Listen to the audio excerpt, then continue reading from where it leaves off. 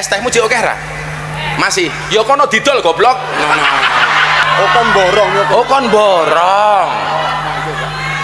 Aku sekarang jualan golok sama pedang, sini tak tebas dasmu sini. Es tehmu jek akeh ra? Masih. Ya kono didol goblok.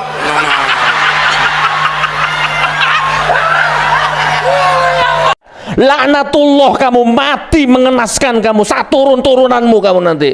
Demi Allah.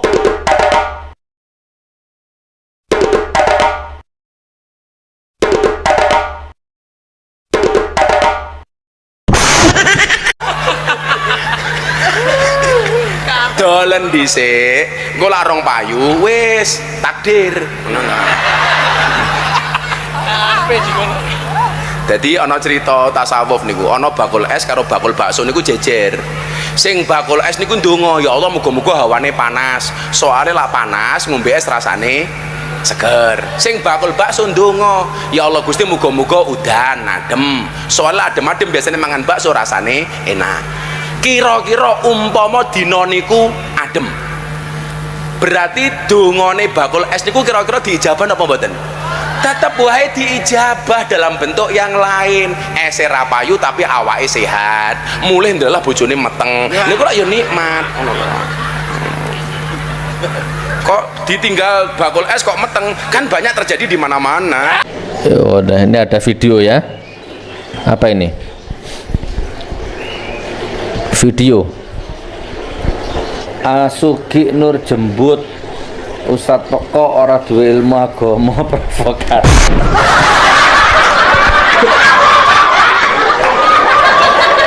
Tak beli harga dirimu. Kalau orang-orang kayak kamu tak beli harga dirimu. Emosi ya. Bahkan kalau boleh ekstrim itu di depan saya tak pedot dasmu, melebu penjara 15 tahun.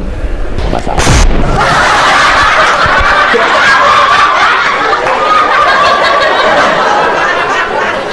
Tanda tangan materai kayak film-film Bruce Lee, film-film silat ya. Tanda tangan, bikin gelanggang, bertarung sampai mati, tak pedos datmu, tak pedot dasmu, melebu 15 tahun nggak masalah.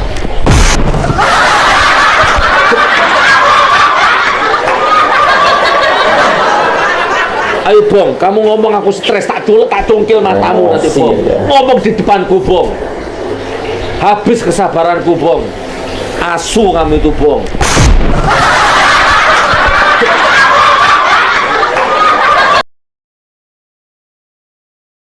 Maulidu Ahmadu Tohal Hadi Faidum min Nurir Rahman Asnar Rahman alaihi fi mukami ayatil Quran.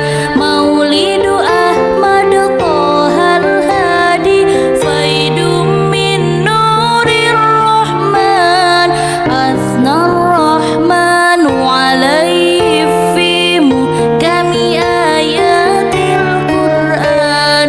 Birabi'il awwali syarrafna Birabi'il awwali syarrafna Bizamalin minhu fattan.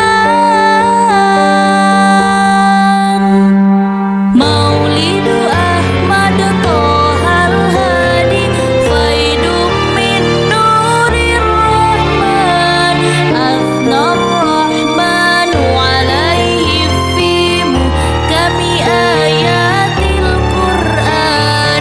Birabi'il awwali syarrafna Birabi'il awwali syarrafna Bizamalin minhu fattan.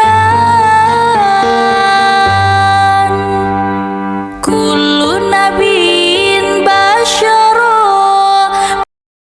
Bapak, tema yang di depan mungkin Bapak tadi berpikir atau dalam batin mengatakan kok kurang gitu. Memahami Al-Quran dengan meneladan Rasulullah, karena ternyata meneladani itu artinya bukan menyontoh tapi memberi contoh. Jadi insya Allah kita menyontoh Rasulullah bukan mencontohi Rasulullah. Jadi meneladan Rasulullah bukan meneladani Rasulullah.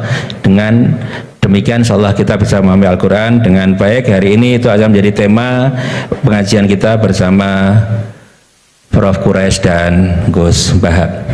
Ibu Bapak yang saya hormati, mari bersama kita luruskan niat. Ini ngaji, itu pesan Gus Bahak pada saya setiap saat, harus meluruskan niat ngaji. Ya, menurutkan dengan demikian insya Allah beragam pintu kebaikan akan bersama kita, pintu kefahaman bersama kita, insya Allah ilmu yang kita dapatkan juga akan bermanfaat, tidak hanya untuk kita, tapi lebih baik atau lebih banyak untuk orang lain. Mari Bapak kita luruskan niat, dan sekali lagi terima kasih Prof. Quraisy, Gus Bahak, dan semua undangan dan hadirin sekalian yang tidak hanya di ruangan ini tapi juga di masjid penuh, dan kita pantau di YouTube jika sudah banyak yang menonton. Mudah-mudahan kita mendapatkan keberkahan bersama-sama. Wassalamualaikum warahmatullahi wabarakatuh. Mohon izin saya ganti peran jadi moderator. Ibu Bapak yang saya hormati, kita punya waktu sekitar 2,5 jam ke depan dan kita akan mendengarkan dengan sesama. Pertama ya Gus, kemudian nanti dilanjutkan dengan Prof. Quraisy. Mohon Gus Bahak ya. Langsung. Assalamualaikum warahmatullahi wabarakatuh. Bismillahirrahmanirrahim.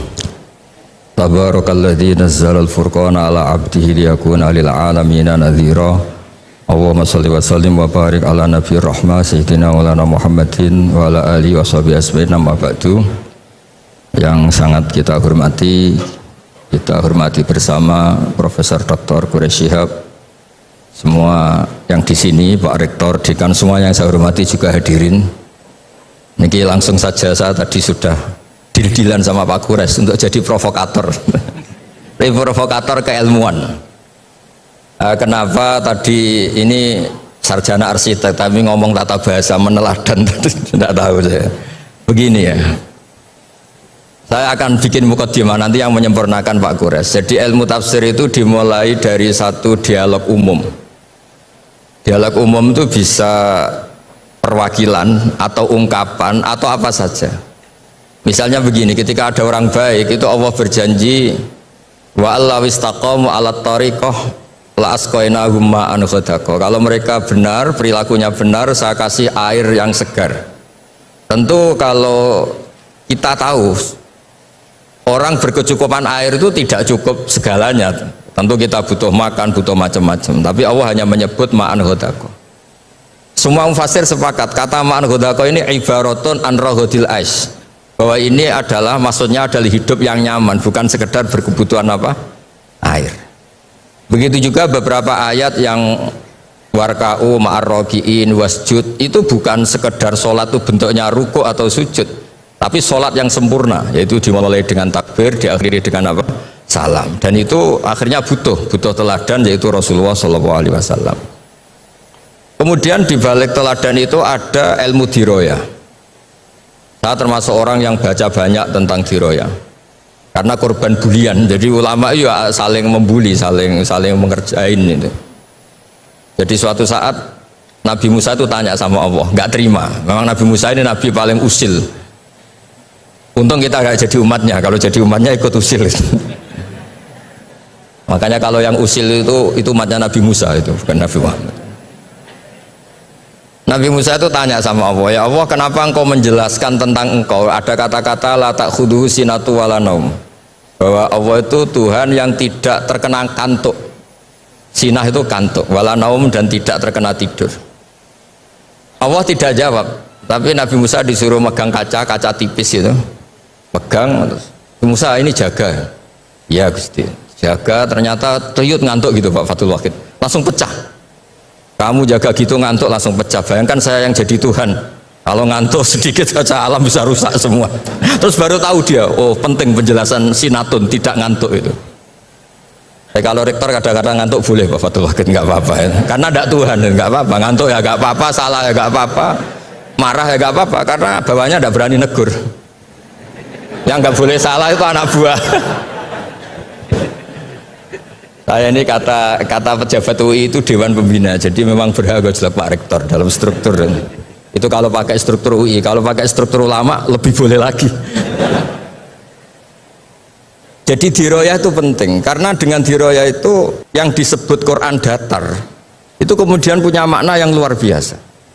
Tapi kalau kita tidak punya diroyah, maka kesannya Quran itu nyuwun sewu itu datar. Itu masalah besar bagi kita sebagai peneliti Quran. Makanya kadang-kadang itu butuh, tadi saya bilang sedikit provokatif. Karena diskusinya ulama itu juga dimulai dari provokasi. Saya sedikit cerita perdebatan ulama yang ekstrim. Mu'tazilah itu berpendapat Allah itu hanya menghendaki kebaikan. Karena Allah itu melarang keburukan. Kalau Allah menghendaki keburukan ini paradok. Bagaimana mungkin melarang tapi menghendaki? Jadi Mu'tazilah bingung kalau ngartikan ayat fayudillu wa mayasa wa yahdi mayasa. Terus kata Imam Sanusi itu pengarang kitab Umul Barohin. Berdebat begini, kalimatnya begini. Idzan waqa'a fi mulkihi ma la yuridu. Kalau kejelekan itu Allah tidak menghendaki, maka banyak di alam raya ini kejadian yang Allah tidak tahu. Jadi kalau Allah dilapuri, ya Allah di dunia banyak maksiat, waduh itu di luar kekuasaan saya, itu kan masalah ya. Nah, kadang-kadang jawaban provokatif gini itu bisa menghentikan lawan debat.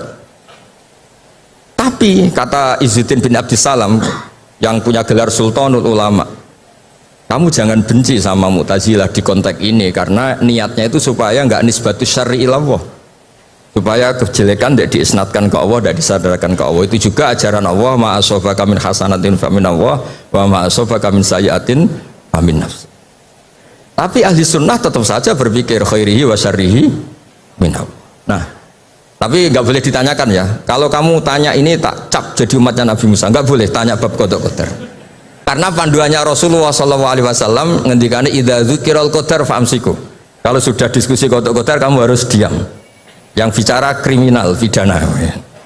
Tapi saya memberi contoh betapa perdebatan diroyah itu penting. Nabi wa Khalilur Rahman Ibrahim itu juga sering debat, malah sama Allah, nggak sama Pak Kores atau sama Pak Rektor. Suatu saat Nabi Ibrahim itu mau meninggal, kata malaikat Israel, Ibrahim kamu mau meninggal? Enggak, saya tidak mau meninggal. Kenapa? Karena saya gelarnya Khalilur Rahman, kekasih Allah. Hubungannya apa? Aro'aita khalilan yumitu khalilah. Masa kekasih membunuh yang dikasih ini nggak benar? Malaikat kan nggak biasa debat. Naik Israel tanya, ya Allah ini logikanya gini, ini gimana ini? Nggak pernah kuliah malaikat, nggak bisa debat malaikat.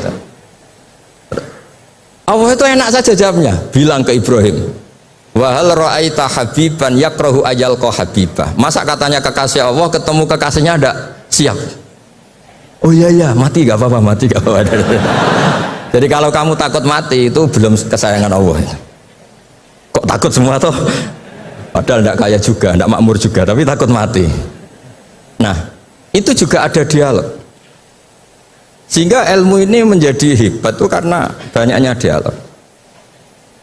Yang terakhir saya ini Sohibul Bait, jadi nanti Pak Kures yang ngetikan. Ya, saya hanya merovokasi supaya nanti Pak Kures pakai ilmu yang kelas A, bukan kelas muhibban kata Pak Rektor tadi. Itu ya provokatif tuh.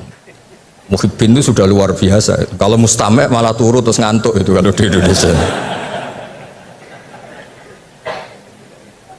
Muhibbin itu sudah luar biasa. Ada sekian debat-debat yang misalnya begini di tafsir Tobari. Kita sebagai penekun fikih, saya ini sedang hormati jenengan, bu penekun bunda, pokoknya kita ini penekun fikih. Itu yang namanya qasar sholat itu ya sholat rubaiyah dikosor menjadi sunaiyah, duhur menjadi 2, asar menjadi 2. Ya jangan ngosor maghrib jadi 1,5. Juga ngosor subuh menjadi apa? 1. Yang boleh dikosor itu yang sholat apa? Rubaiyah yang jumlahnya 4. Ini kalau nggak diajari ini bahaya, ini sudah pakai nama Islam terus ngosor sholat maghrib bisa repot. Tapi Imam Tobari ngendikan, apapun hebatnya mufassir itu dia terjebak oleh mindset fikihnya, karena dia fikih ya qasar itu qasrus sholat itu ya 4 menjadi 2. Tapi kata Imam Tobari dalam tafsirnya ini umut tafasir, nanti Pak Kures bisa menjelaskan, nggak ada tafsir kecuali nginduk kitab namanya tafsir Tobari, umut tafasir. Itu digelari lam yu'allaf fil Islam misluh, nggak ada karangan sehebat tafsir Tobari kecuali Al-Misbah. Tenang mawon tenang mawon, ini Mbak Caca agak terima, saya ini kan Mbak Naswa agak terima itu ngelihat saya sama abahnya terus ya, kecuali nggak apa-apa, sudah ini tamu harus dihormati, sudah kecuali saya relax saja. Falaisa 'alaikum junahun an taqsuru minas shalah in khiftum ayyaftinakumul ladina. Itu kata Imam Tobari, qasrus salat, menjadikan salat 4 menjadi 2 itu ya bagian dari qasrus salat, tapi qasrus salat itu bisa yang pernah wajib menjadi tidak wajib. Misalnya salat itu wajib menghadap ke kiblat, gara-gara kondisi darurat tidak wajib menghadap apa? Kiblat. Salat normalnya nggak boleh gerak di atas 3 kali, tapi gara-gara kondisi darurat boleh gerak di atas 3 kali. Itu juga qasrus salat, menjadikan yang wajib menjadi tidak wajib, yang pantangan menjadi boleh. Sehingga pesannya Mbah Mun, guru saya Kiai Maimun, juga pesannya Bapak, tafsir biarkan tetap tafsir, jangan mengganti kalimatun jami'ah atau lafdun jama' yang ada di Quran. Karena kalau tafsir membentuk nanti menjadi mudhoyik, mempersempit makna Quran. Coba kalau sampean belajar tafsir ya ayuhan nas mesti ya ahla Makkah budu robbakum. Kalau menuruti tafsir kan, oh ini perintah ke ahli Mekah, saya kan orang Indonesia. Bisa masalah itu. Misalnya tahajud, wa minal laili fatahajjat bi. Fatahajjat ya Muhammad ya Rasulullah. Saya kan tidak Nabi Muhammad, berarti nggak kena perintah itu. Masalah besar itu. Jadi memang tafsir itu harus, tadi saya sudah matur Pak Quraisy, di pondok itu jarang orang nulis tafsir. Karena sudah diancam man fasarul Quran bi ra'yihi falyatabawa maq'adahu minan nar. Jadi nulis tafsir itu ya kayak pesen tiket, nggak usah diteruskan. Nah yang masalah itu biroihi, kebetulan Pak Quraisy baca banyak, saya juga baca banyak. Pak Fatul Wahid karena ingin naik kelas ya baca banyak. Nanti setelah nggak rektor nyai lagi Pak Wahid ini. Karena kecilnya tuh ngaji di bawah saya di Kudus di Muawanah. Saya nggak tahu kok jadi rektor. Nggak tahu, makanya dia tadi dalil-dalil kayak wong pinter gitu kan. Saya juga heran, masa di depan Pak Quraisy, di depan saya tetap dalil itu luar biasa. Hebat itu, hebat. Luar biasa itu. Pokoknya hebat, Anda harus bangga punya rektor seperti ini, harus bangga. Ya gitu saja, wassalamualaikum warahmatullahi wabarakatuh. Baik, terima kasih Gus Bah. Mohon maaf Gus Bah, dalilnya kalau salah tadi. Selanjutnya kami mohonkan Prof. Quraisy untuk meneruskan ngaji barengnya. Ya, dipersilakan Prof. Quraisy. Ya.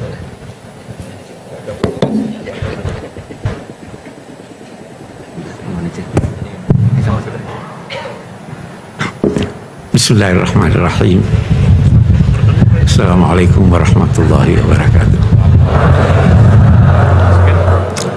Pak Rektor yang saya hormati, Bapak-bapak, Ibu-ibu, Assalamualaikum warahmatullahi wabarakatuh.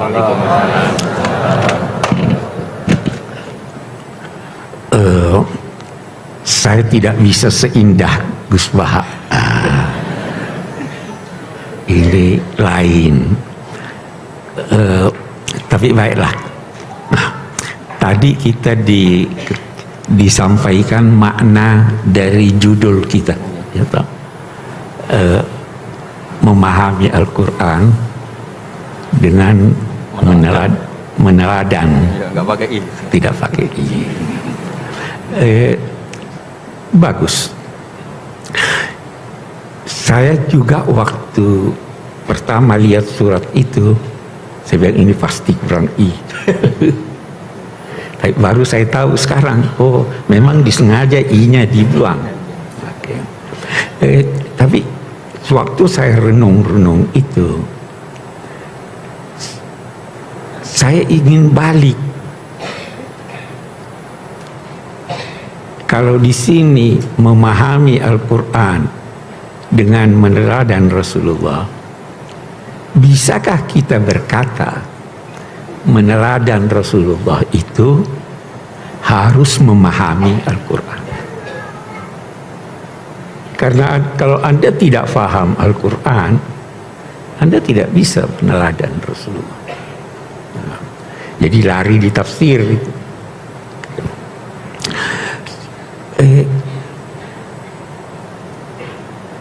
Meneladani bisa menjadi sama dengan memahami. Memahaminya bisa sama dengan meneladaninya. Kenapa? Karena sosok Rasulullah itu adalah penjelmaan dari tuntunan Al-Quran. Sayyidah Aisyah berkata, kana khuluquhul Quran. Jadi kalau Anda mau faham Quran, lihat Rasulullah bagaimana itu. Kalau Anda mau meneladan Rasulullah, fahami Al-Quran. Jadi dua hal yang tidak bisa dipisahkan. Kita melangkah lebih jauh. Kalau kita merujuk ke Al-Quran, paling tidak, saya belum pernah meneliti semua kosakatanya, tetapi paling tidak ada 3 kata yang digunakan Al-Quran dalam konteks keteladanan. Yang pertama, uswah. Yang kedua, qudwah. Yang ketiga, ittiba'. Kita tadi ayat yang dibaca, laqad kana lakum fi rasulillahi uswatun hasanah. Pada sosok Nabi Muhammad, pada kegiatannya, pada sunnahnya, pada gerak-geriknya, pada langkah-langkahnya, itu ada keteladanan yang kamu bisa ambil dari sana. Itu uswah.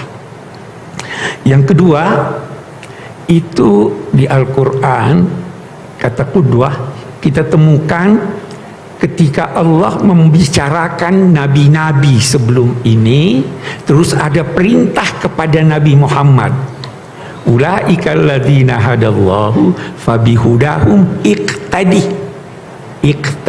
Jadi bukan ta'assa. Kita, apa bedanya uswah dan qudwah? Kalau kita kembali kepada Al-Quran, uswah digunakannya untuk menggambarkan upaya meneladani sosok orangnya. Tetapi qudwah digunakan oleh Al-Quran untuk meneladani kandungan petunjuk, bukan orangnya. Beda kan? Nah, sekarang kita mau bertanya, Nabi Muhammad tidak disuruh, kita pun tidak disuruh untuk meneladani nabi-nabi terdahulu, tapi kita disuruh uswah, meneladani sosok ini. Kalau kamu teladani sosok ini, itu sudah kamu teladani Al-Quran. Nabi Muhammad itu nabi-nabi hebat-hebat, tapi ada dia punya kegiatan, ada dia punya sikap yang jangan teladani itu, karena dia pakai qudwah. Kita ambil contoh, itu Nabi Ibrahim dinamai juga uswah, tetapi laqad kana lakum fi Ibrahim uswatun hasanah walladzina amanu ma'ahu uswatun hasanah. Baru dia lanjutkan, illa qaula Ibrahim. Kamu boleh contohi dia kecuali satu. Sudah dikecualikan. Kecuali apa? Dia setelah mengetahui bahwa ayahnya tidak mungkin akan beriman, dia masih mau doakan. Jangan tiru itu. Jadi tidak mutlak loh. Kita lihat Nabi Musa, hebat Nabi Musa. Tapi ada yang tidak bisa diteladani dia. Mau lihat contohnya? Waktu dia kembali dari pertemuan dalam 2 tanda petik dengan Tuhan, dia dapati kaumnya menyembah ijil, anak sapi. Dia marah, dia lempar itu al-alwah, dia tarik rambutnya saudaranya. Itu perlu diteladani atau tidak? Tidak. Dia katakan qudwah. Nabi Yunus. Kita lihat sekarang, kita disuruh tidak usah banyak masalah, semua yang ada dipraktekkan oleh Nabi Muhammad, silahkan contoh. Itu sebelum kita jauh, kita fahami ini. Yang ketiga, ittabi'u. Apa itu? Ayatnya tunggu dulu. Fa'aminu bihi wattabi'uhu. Percaya pada telah datang kepadamu seorang nabi yang ummi dan seterusnya, baru percayalah kepadanya dan ikuti dia. Hanya saja kita lihat ittabi'u itu beda dengan tabi'ah, itu beda dengan ittaba'ah. Kalau tabi'ah mengikuti, Anda bisa berkata bayangan saya mengikuti saya. Tapi kalau ittaba'ah itu bersungguh-sungguh kamu mengikuti. Nah, kenapa bersungguh-sungguh ya Allah? Bersungguh-sungguh mengikuti. Sebelum bersungguh-sungguh mengikuti, kamu harus bersungguh-sungguh memahami apa yang dikerjakan oleh Nabi Muhammad, baru kamu ikuti. Jangan sampai itu kekhususan buat dia. Ada satu orang, satu orang berkata, saya mau ikuti Nabi Muhammad.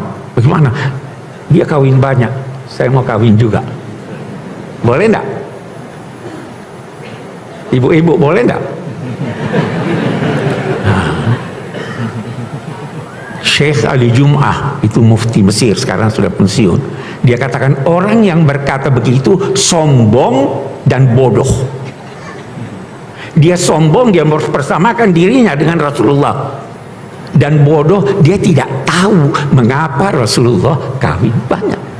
Jadi ittabi'u, pelajari bahwa ini demikian, tahu apa sebabnya begitu, baru ikuti.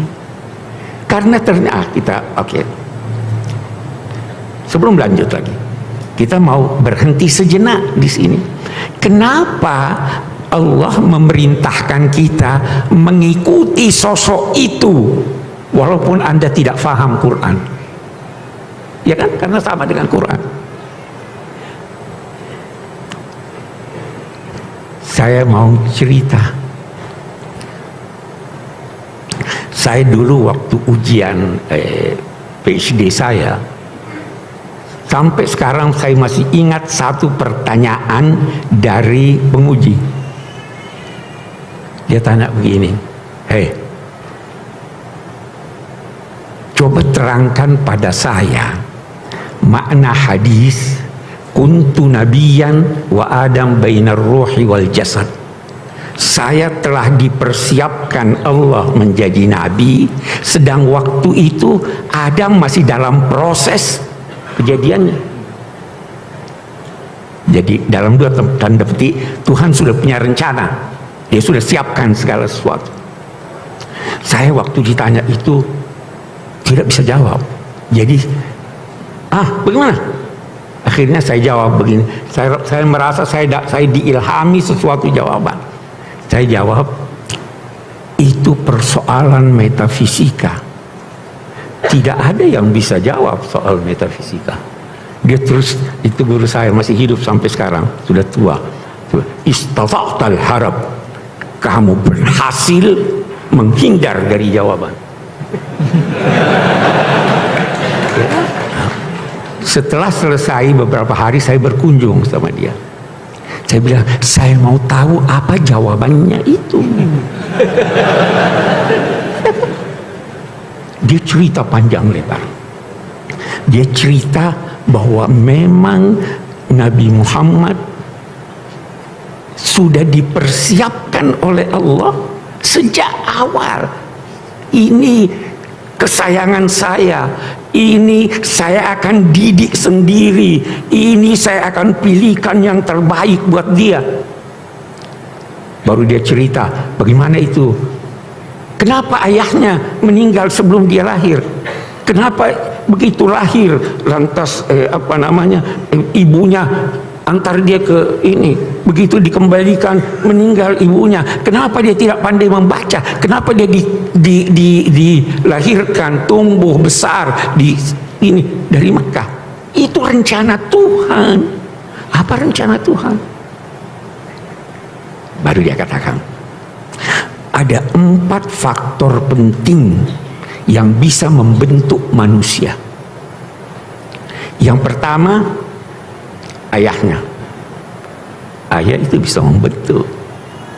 yang kedua ibunya, yang ketiga bacaannya, yang keempat lingkungannya. Allah tidak mau keempat faktor ini mempengaruhi Nabi Muhammad. Itu persiapannya. Jadi meninggal ayahnya, setelah selesai tugasnya membuai, ambil kamu tidak ada tugas lagi. Ibunya begitu, ini kasih yang lain, tidak ada pengaruh ibu. Nah, itu jadi dia ingin mendidik. Itu sebabnya Nabi bersabda, adabani Rabbi fa ahsana ta'dib. Tuhan yang mendidik saya. Lulus ujian, oh ini sudah lulus nih, teladani aja dia. Tidak baca Quran, tidak mendalam pengetahuan tentang Al-Quran, teladani aja dia. Gimana? Nah, jadi beda dengan nabi-nabi yang lain. Okay. Pendidikan Tuhan terhadap Nabi Muhammad itu jelas sekali kalau Anda baca Quran. Ditegur walau sudah baik, karena dia harus memberikan yang terbaik. Baca itu, sedang duduk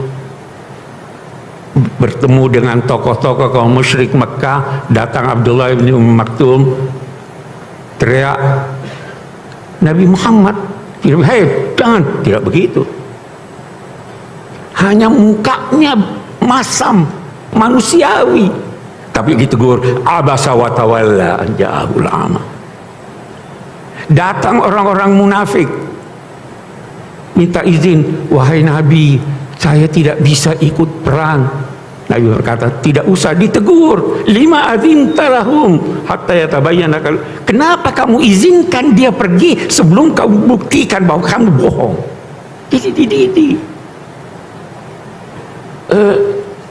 Hubungan dengan istri mengalah dalam apa namanya, apa sih istilahnya itu Pak? Jadi Nabi ini pergi ke rumah salah seorang istrinya, agak lama di sana, dikasih madu. Pulangnya pergi ke rumah Aisyah atau ke Hafsah, terus kau punya mulut agak kurang enak nih, kamu makan apa? Saya tidak makan apa-apa, saya cuma makan madu. Oh itu madu jelek itu. Terus oke deh, saya tidak akan makan lagi di sana, tapi jangan bilang-bilang sama orang. Ditegur oleh Tuhan. Itu pengajaran. Jadi dibentuk. Teladani dia. Oke. Itu sebabnya laqad kana lakum fi Rasulillahi uswatun hasanah. Oke. Masih ada waktu? Aman. Kita sekarang yang diteladani itu Rasulnya atau orangnya? Kalau kita baca ayat ini, laqad kana lakum fi Rasulillahi uswatun hasanah, dalam sosoknya sebagai Rasul, ya kan? Tetapi ada ulama berkata begitu ini. Kan di Al-Quran juga ada dikatakan, atau Allah memerintahkan, kul innama ana basyarun mislukum, saya ini manusia seperti kamu. Dijawab oleh yang lain. Jadi dia bilang semuanya, apapun. Wah, beda pendapat ulama. Sahabat juga nanti kita lihat ada yang ini. Ada lagi yang berkata, bukankah Al-Quran menyatakan wa ma Muhammadun illa Rasul? Sama tadi yang dijelaskan Gus Bain. Apa namanya? Apa tadi yang dijelaskan? Ini menyangkut oke deh, sebentar saya ingat. Saya bisa berkata mencela orang, siapa sih? Itu kan dia cuma pegawai rendah.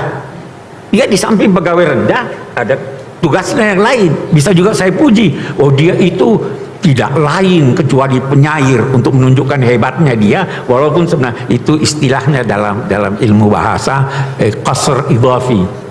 Oke. Yang penting beda pendapat ulama yang kita teladani itu dalam konteks kerasulannya ataukah dia sebagai manusia. Ada sahabat Nabi, pokoknya apa yang dilakukan Nabi Muhammad, kalau dia bisa lakukan, dia Nabi Muhammad pakai baju apa? Oh, baju warna kuning, pakai warna kuning. Pakai sendal apa? Dia ikuti. Itu Abdullah bin Umar begitu.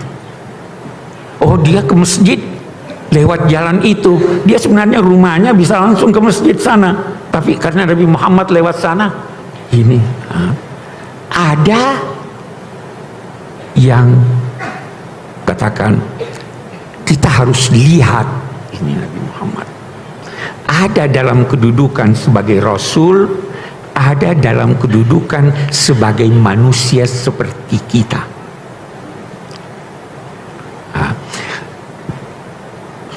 Sehingga kalau merujuk kepada sahabat-sahabat Nabi, sebagian besar mereka itu membagi sosok Sayyidina Muhammad ini dalam beberapa bagian. Sekali dia sebagai Rasul. Sebagai Rasul apa? Oh, dia sholat subuh 2 rakaat. Ikuti dia. Kalau dia ke masjid di waktu subuh sambil nunggu jemaah baring-baring di masjid, itu bagaimana? Diteladani juga atau tidak? Atau itu dalam kedudukannya sebagai manusia? Beda pendapat lah ulama. Ada ya sampai sekarang itu ada kan ya, nunggu ini. Ada yang bilang enggak, itu kan Nabi capek nunggu. Senang makan paha kambing, harus senang juga.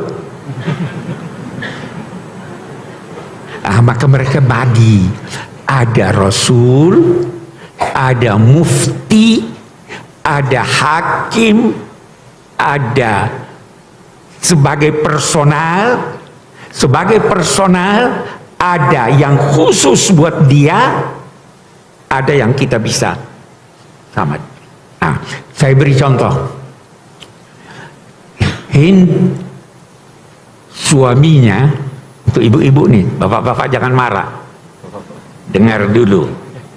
Ibu-ibu, kalau suami punya duit,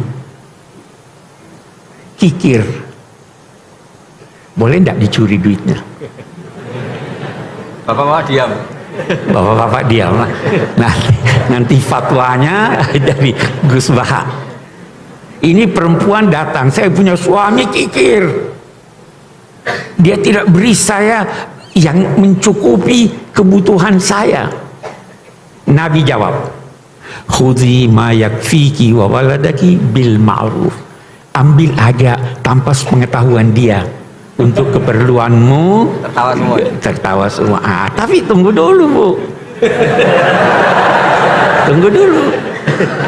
Ini dalam kedudukan beliau sebagai mufti atau dalam kedudukan beliau sebagai hakim yang memutus perkara. Kalau sebagai mufti, ibu boleh ambil. Tapi kalau sebagai hakim yang memutus perkara, ini hanya khusus untuk kasus ini. Karena itu, kalau fatwa Nabi pasti benar. Tapi kalau ketetapan hukumnya benar secara formal, tapi belum tentu benar secara substansial. Ini sudah dibagi-bagi oleh ulama. Dari dulu, kata ulama-ulama kita, itu sahabat-sahabat Nabi sudah bedakan Nabi. Sering mereka bertanya, ini perintah Tuhan atau pendapatmu? Kalau perintah Tuhan, kami wa ta'ana. Tapi kalau pendapatmu, tunggu dulu. Ada seorang perempuan namanya Burairah. Dia sudah punya hak untuk berpisah dengan suaminya, Mughith. Dia merdeka, suaminya masih budak. Jadi dia mau tinggalkan. Suaminya Mughith ini datang pada Nabi, wahai Nabi, tolong bujuk istri saya biar kita bisa hidup lagi bersama.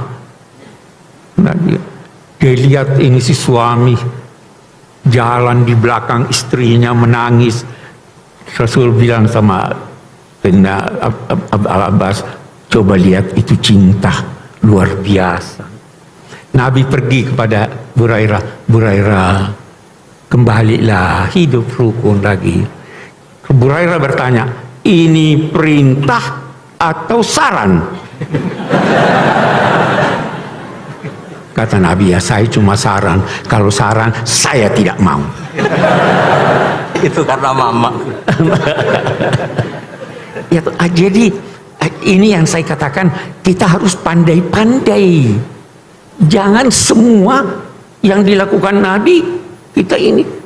Ada yang dilakukan berdasar adat istiadat masyarakatnya. Saya pernah ditanya, Pak Kuras kok enggak pernah saya lihat pakai kopiah putih? Saya bilang, menurut saya ini lebih bagus dari kopiah putih. Kenapa? Ini adat kebiasaan bangsa saya. Allah memerintahkan kita melakukan ma'ruf. Jadi meneladani Nabi dalam pakaiannya bagaimana? Saya katakan, kalau Anda meneladani Nabi pada pakaiannya karena cinta pada Nabi, Anda dapat pahala bukan karena pakai, tapi karena cinta Anda.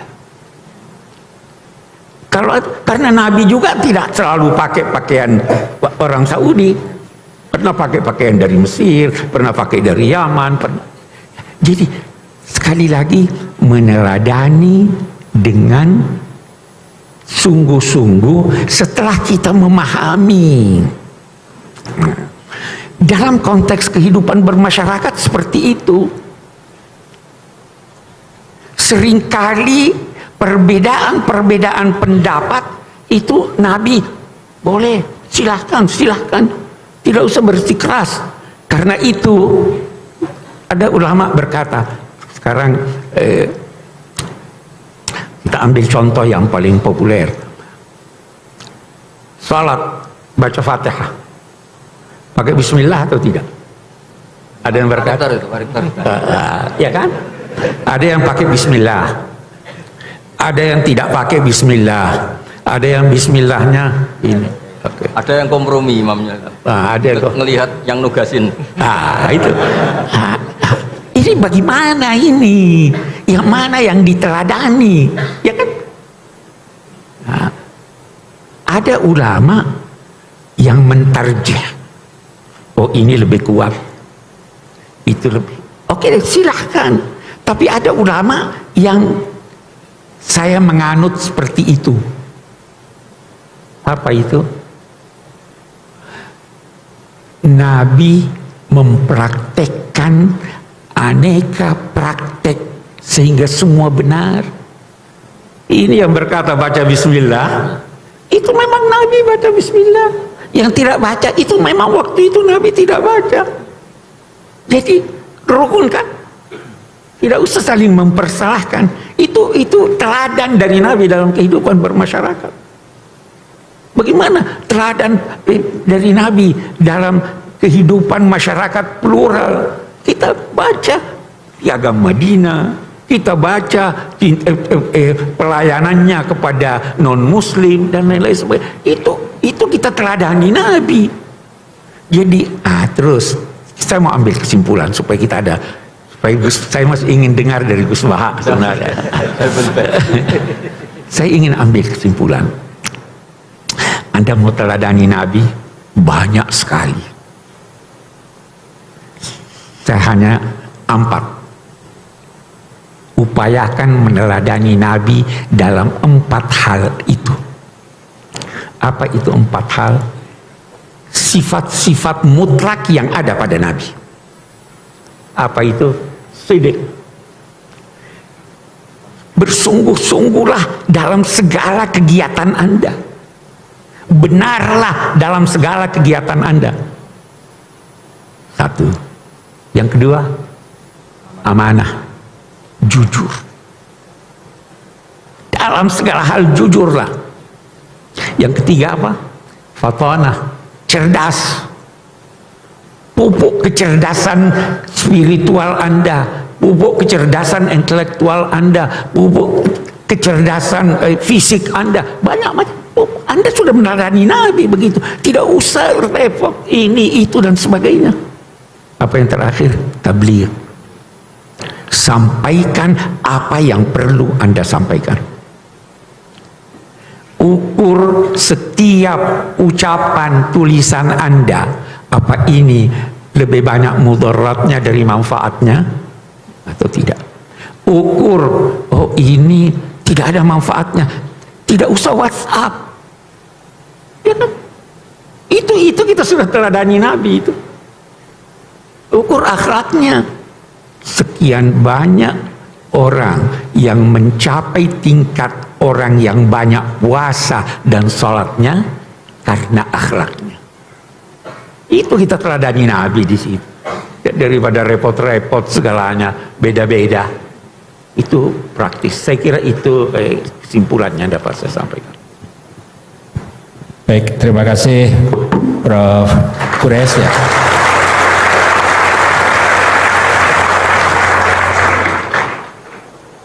Ngaji bareng ada moderator baru kali ini Pak Ustaz.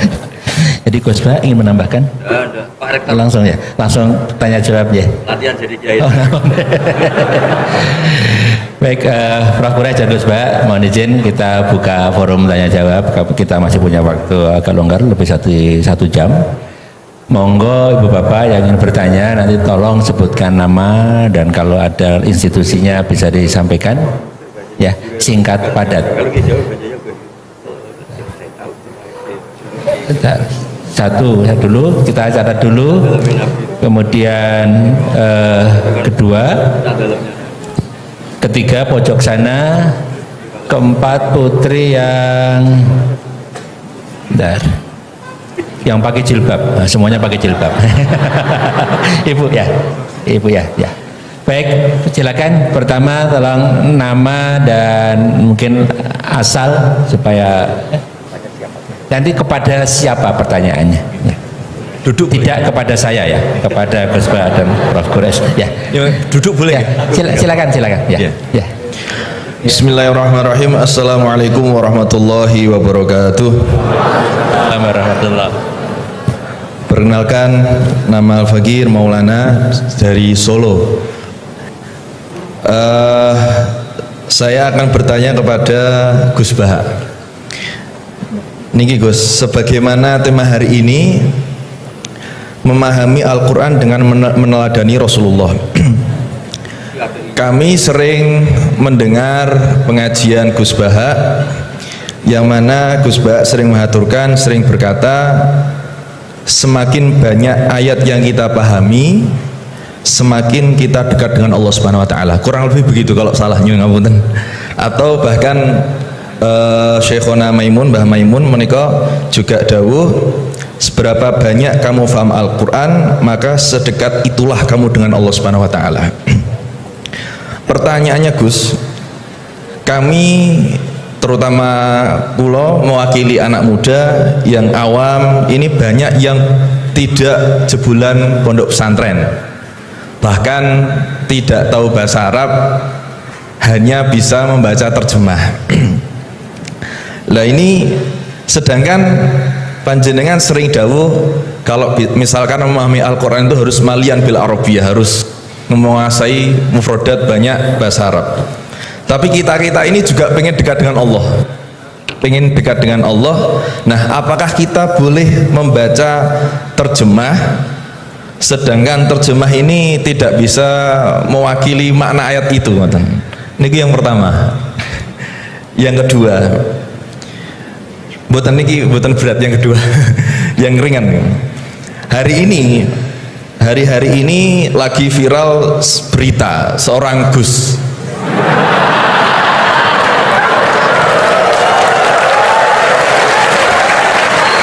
Mohon izin. Yang mungkin berceramah dengan kalimat yang kurang baik, mungkin diniatkan guyon tapi malah melukai hati orang lain. Tapi Masya Allah Gus Baha guyon tapi tidak pernah melukai hati orang lain.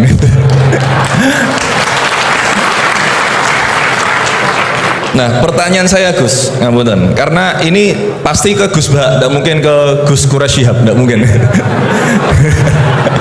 Karena pasti Gus Baha.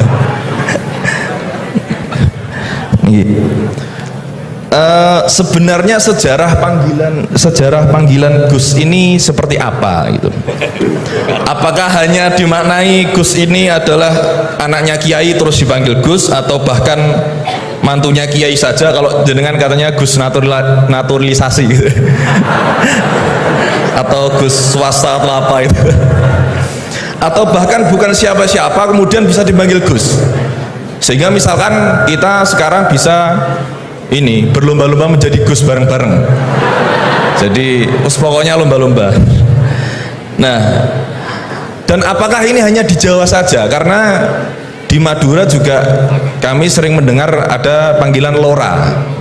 Lah ini sejarahnya sebenarnya apa gitu loh. Apakah juga kalau sudah menjadi kiai tidak bisa menjadi Gus lagi? Atau kalau sudah menjadi Gus tidak bisa naik menjadi kiai? Gitu ya. Itu pertanyaan yang kedua saya. Dan nyuwun sewu, di zaman Rasulullah itu apakah putranya Rasulullah juga dipanggil Gus? Kan juga tidak kan?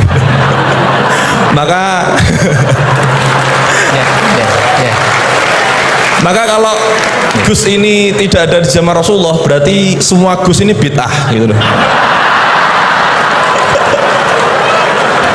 Karena Gus tidak ada di zaman Rasulullah. Ngerti nggih? Ya, jadi intinya sejarahnya dan standarisasi Gus itu apa yang orisinil gitu. Yang kalau misalkan di dunia, di Indonesia ini yang Gus orisinil hanya jenengan, berarti semuanya palsuan gitu. Lah ini tentu bisa dijelaskan Gus. Ngapunten, matur suwun sangat. Wassalamualaikum warahmatullahi wabarakatuh. Waalaikumsalam warahmatullahi wabarakatuh. Baik, terima kasih Gus Maulana. Selanjutnya saya mungkin yang laki dulu ya, laki-laki nanti baru pindah ke sini. Silakan yang pojok ya.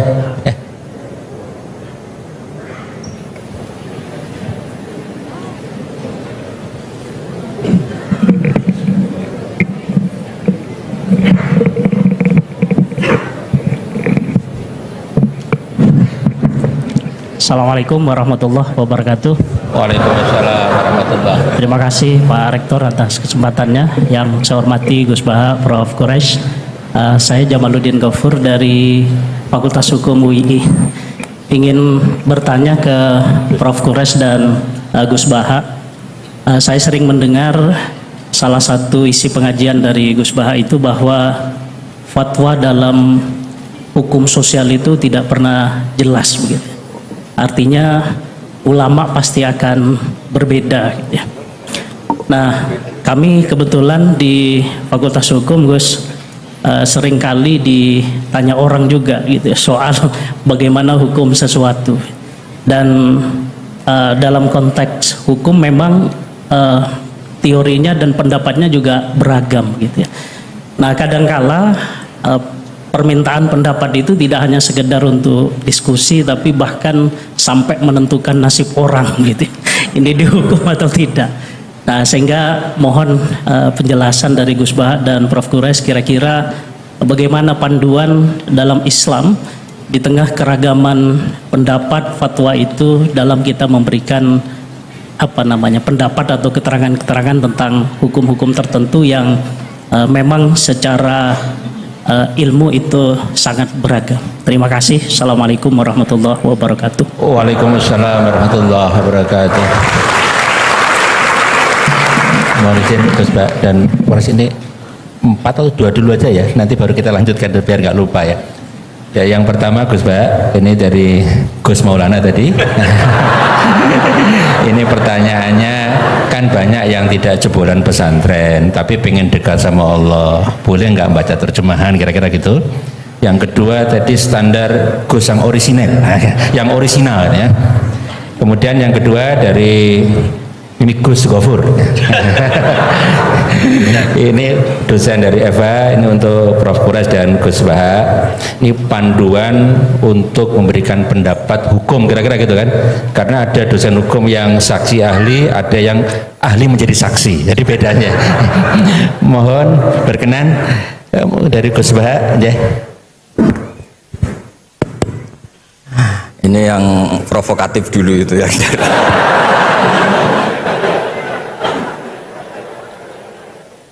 Semoga diampuni oleh Allah Ta'ala. Begini, satu itu saya tidak medsosan, tapi ya dengar-dengar laporan macam-macam lah tentang sekian pihak itu. Begini, saya cerita ini biar sampean tahu bahwa Pak Rektor ngundang saya ini tidak salah. Memang benar-benar pemateri yang baik. Ya kalau kata Nabi Yusuf kan ini hafizun alim, orang harus zikru manaqibi nafsi, orang boleh cerita kelebihannya asal itu faktual. Begini, suatu saat ini cerita di kitab Ihya, suatu saat Nabi Musa itu sholat istisqa, itu doa apa saja itu sudah dipakai, nggak mandi itu. Nabi Musa nggak mandi, tetap nggak mandi. Kata Allah, inna fihim namaman, di komunitas anda yang ikut sholat itu ada yang tukang adu-adu, namam, provokator. Maka kamu doa kayak apa tetap tidak akan saya ijabahi. Nabi Musa, ya gampang Gusti, tunjukkan orang itu siapa, nanti saya usir dari majelis.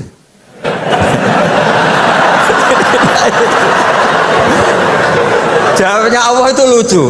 Saya ini orang yang mengharamkan namam, mengharamkan namimah. Kalau saya menunjuk orang itu berarti saya juga namam. Intinya itu Allah terus mengabaikan sekian peristiwa namam. Jadi kalau pertanyaan provokatif terus kayak gitu tuh mesti diabaikan oleh Allah Ta'ala. Karena nanti repot itu, repot. Memang saya termasuk Gus yang asli itu jelas kalau itu.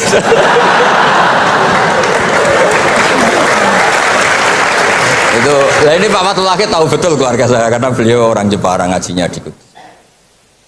Ya terus masalah fatwa tadi, fatwa sosial itu atau memahami pakai terjemah begini, seperti yang dikatakan Pak Quraisy, ada pegangan yang umum kayak sidik, amanat, tabligh, fatona, itu memang lewat terjemah nggak apa-apa. Tapi ada terjemah yang nggak mengganti bahasa Arab. Misalnya kata sembahyang, mungkin perasaannya orang Bali sembahyang itu apa, perasaan kita sembahyang itu apa, itu kan subjektif. Misalnya begini, ada ayat yang agak sensitif, ketika Anda salah paham dengan istri itu wadribuhun, fahjuruhunna fil madoji wadribuhun, itu kan riskan betul, maka pukullah istri kamu. Pukul itu kan konotasinya itu buruk.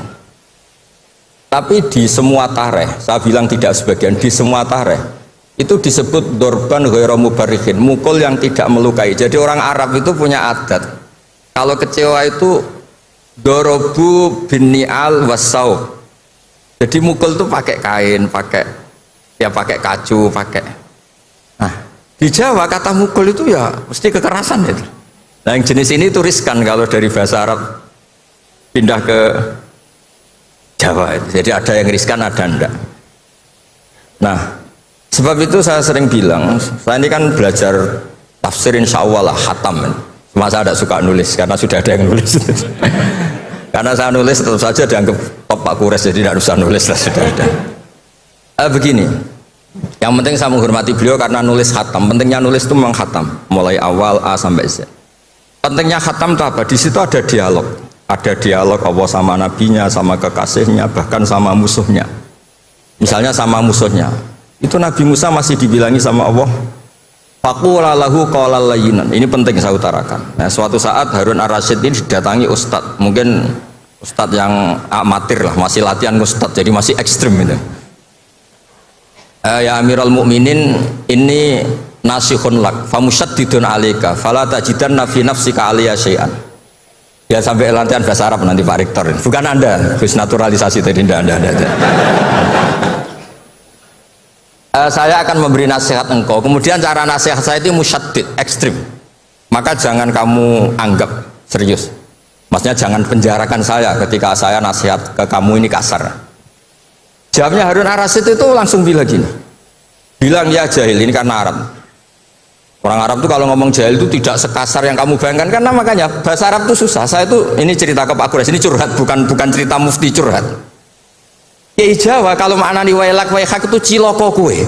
Padahal sering Nabi itu kalau kecewa sama seseorang bilang wailak sama waihak. Nah, akhirnya santri tanya, lo katanya Nabi itu halus sopan santun kok ngendikan wailak waihak, yang artinya itu celaka kamu. Ada orang tanya Nabi dan orang itu tidak paham-paham. Nabi ngendikan apa? Sakilat ka umuk. Cek siale mbokmu dan anak kue. Diterangkan nggak paham. Tapi sarah-sarah kayak kitab Irsyadus Sari itu bilang gini, kalimatu tarohumen wa talatufin. Ini kalimat yang orang Arab tuh merasa dekat sehingga bilang wailak waihak. Tapi Kiai Jawa tetap saja maknani ciloko. Masalahnya di konteks itu yang dawuh itu Kanjeng Nabi. Nah, saya ngendikan ini orang Solo ini kan gak apa-apa, kayak bakat gitu aja terus orang gitu. Nah, yang seperti ini nggak bisa dipindah ke terjemah. Dan itu saya teliti dari sekian tradisi ya tadi kayak wadribuhun. Makanya terus ulama nyusuli dorban ghairu mubarrihin, mukul tapi tidak melukai. Karena orang Arab itu biasa kecewa mukul pakai peci. Tapi kalau orang Jawa nggak berbayang mukul. Kedua misalnya contoh mahar. Orang Arab kalau masih mahar itu banyak. Karena jumlah mahar banyak, kemudian setelah suami istri hubungan intim, setelah dicerai itu kadang kepikiran ngambil karena maharnya misalnya Alphard 1 miliar gedung, sehingga harus ada pelarangan mengambil ulang mahar. Wa in aradtum istibdala zawji makana zawji wa ataitum isdahunna qintaran fala ta'khudhu minhu syai'a atakhudunahu buhtana wa itsmam mubina. Terus wa kaifa ta'khuduna, mahar yang sudah kamu kasihkan jangan kamu tarik lagi, wong kamu sudah hubungan suami istri kok maharnya ditarik lagi, jangan. Kenapa ada kata jangan ambil lagi? Karena maharnya itu Alphard, gedung, uang 1 miliar. Dulu Pak Rektor ketika nikah itu seperangkat alat sholat, gak dilarang juga gak akan diambil itu. Artinya gini, gak mungkin andikan Quran turun di Indonesia ada kata fala ta'khudhu minhu syai'ah 100.000 seperangkat alat. Saya jadi kiai itu sampai bosan karena tiap nikahkan tuh maharnya seperangkat alat sholat. Itu kalau sudah nikah 10 tahun bentuknya sudah kayak apa ya? Itu nggak usah Allah repot-repot bilang jangan ambil lagi, jangan ambil lagi. Nah, itu kondisi yang antara kita dan tradisi Arab itu beda. Dan saya belajar tafsir sampai segitunya, makanya nggak salah lah kalau saya diundang itu nggak salah. Maksud saya yang naturalisasi tadi ya nggak usah diundang gitu maksudnya. Kalau nggak memenuhi kualifikasi tafsir loh ya. Ya karena kalau nggak memenuhi kualifikasi apa tafsir. Tapi jangan terus ngundang saya terus, nggak mau juga saya. Nah tadi yang pertanyaannya Pak dosen Pak Ghafur tadi, nanti Pak Kores nambahin.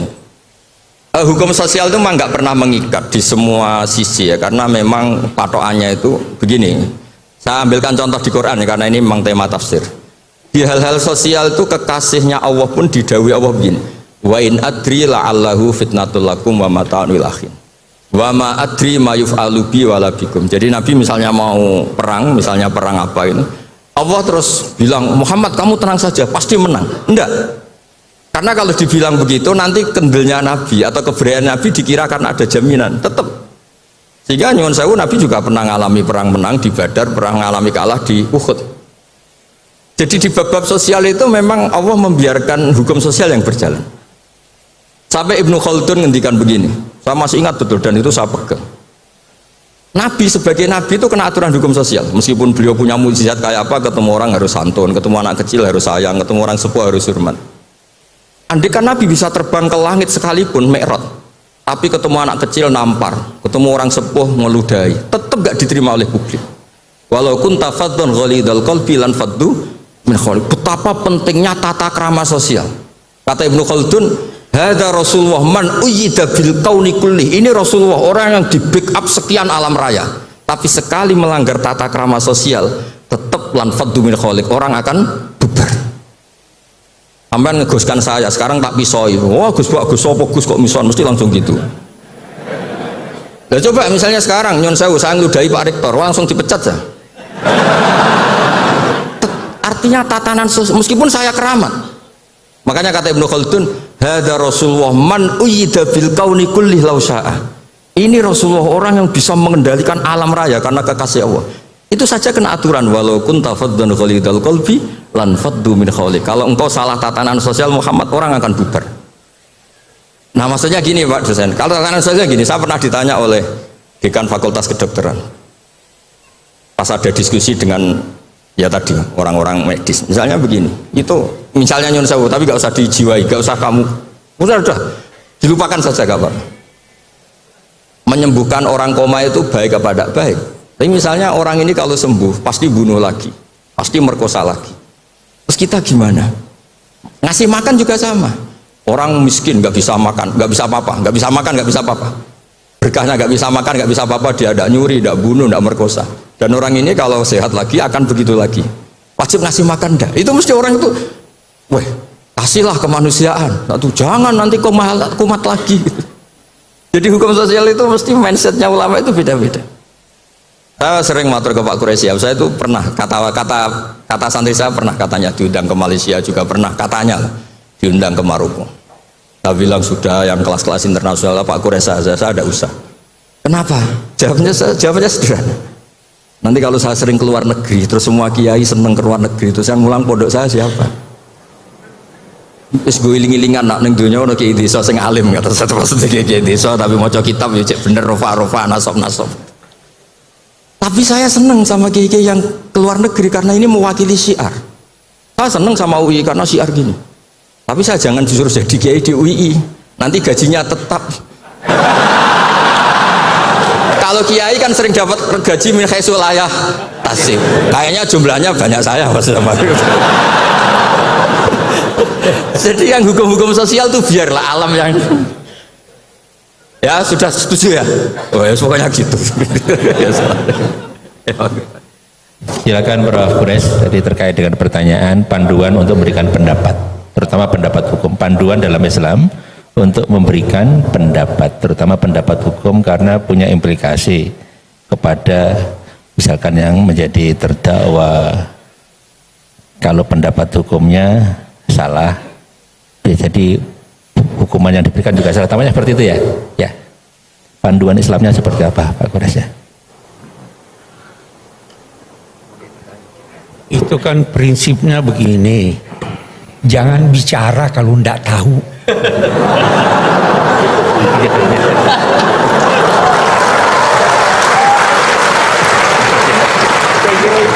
Jawabannya paling singkat. Terjawab. Ya, jawabannya itu ya. Baik, terima kasih Prof. Quraisy, singkat padat. Selanjutnya kita undang Ibu yang bertanya mulai dari Ibu yang depan, kemudian yang kedua nanti yang tengah ya. Ibu dulu yang depan, yang pojok depan. Mohon dibantu panitia untuk mikrofonnya.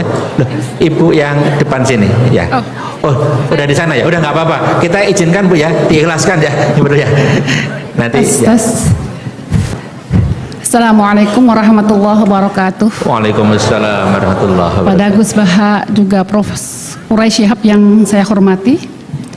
Perkenalkan saya Uswatun Hasanah dari Magelang, ibu rumah tangga biasa ya Pak ya. Alhamdulillah pada kesempatan ini saya bisa bertemu langsung dengan Gus Baha juga Quraisy Shihab ya. Profesor Shihab. Nggak sia-sia tadi saya dari Magelang berangkat jam 7 sampai sini, alhamdulillah nih. Syukur alhamdulillah saya bisa ada kesempatan tuh bertanya langsung ya. Langsung aja pertanyaan dua mau ketemu ya. Pertanyaan yang pertama, dalam Al-Qur'an itu ada kata-kata, ada ayat la yamassuhu illal mutahharun.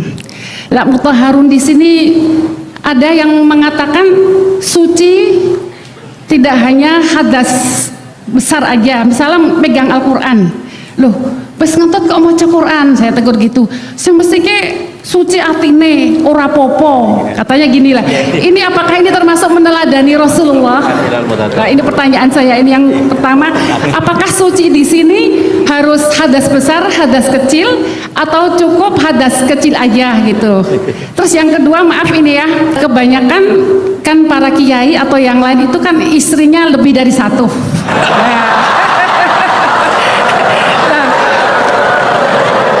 Maaf ini ya, agak ekstrim juga ya, dengan alasan itba Rasul lebih dari satu katanya gitu.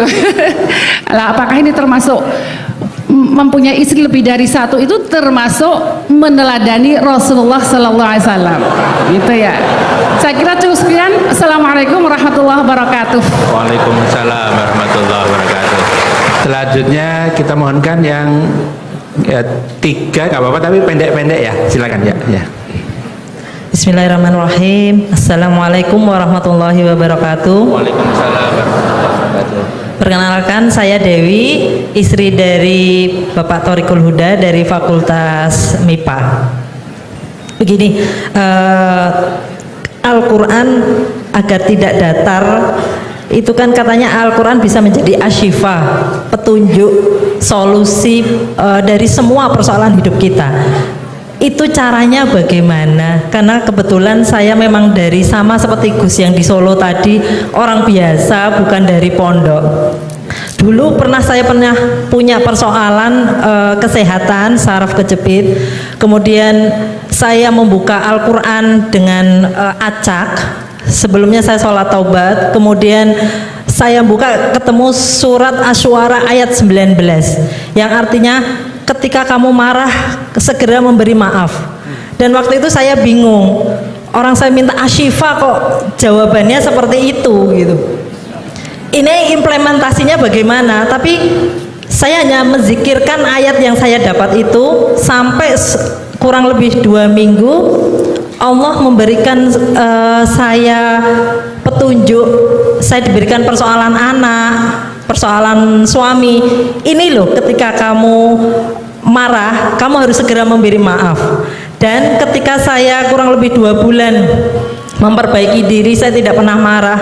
Alhamdulillah Allah ridho, saya sembuh dari saraf kejepit. Dan terus saya keterusan membuka Al-Quran ketika saya punya persoalan apapun. Bahkan ketika saya ada persoalan dengan suami, saya membuka Quran secara acak. Kemudian saya menemukan surat Al-Hajj ayat 19. Inilah 2 golongan mukmin dan kafir yang bertengkar.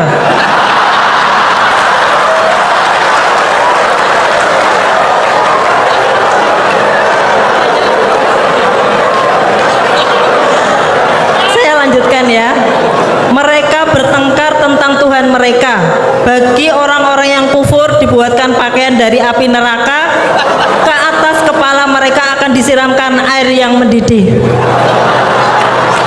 Sewaktu saya dapat ayat itu tuh saya langsung majleb gitu.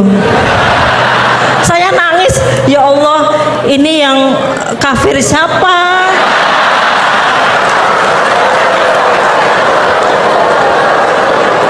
Tapi di situ saya pokoknya semuanya saya yang salah, saya yang harus memperbaiki diri. Nah kebetulan kurang lebih 1 minggu suami itu sering lihat YouTube Gus Baha. Alhamdulillah tiba-tiba cerita, Bun, saya dengar Gus Baha tuh intinya ada begini. Jadi saya, loh itu sama seperti ilmu yang saya dapatkan, cuman beda orang. Ternyata kita mendapatkan ilmu tapi beda-beda gitu. Nah ternyata saya merasakan bahwa Al-Quran itu bisa menjadi asyifa, bisa menjadi petunjuk persoalan saya. Nah apakah, pertanyaan saya itu, apakah cara ini betul, benar? Kalau untuk orang awam di sini, kalau kayak Prof Kurai sama Gus Baha kan ahlinya gitu, ahli tafsir gitu kan, mudah gitu menghadapi persoalan. Kalau orang awam seperti kita, bagaimana biar kita itu hidup tetap tenang ketika menghadapi persoalan, bahagia menghadapi persoalan? Mungkin begitu saja. Terima kasih. Wassalamualaikum warahmatullahi wabarakatuh. Assalamualaikum warahmatullahi wabarakatuh. Baik, terima kasih Bu Dewi. Sekalian satu lagi Ibu yang pakai jilbab hitam ya. Ya.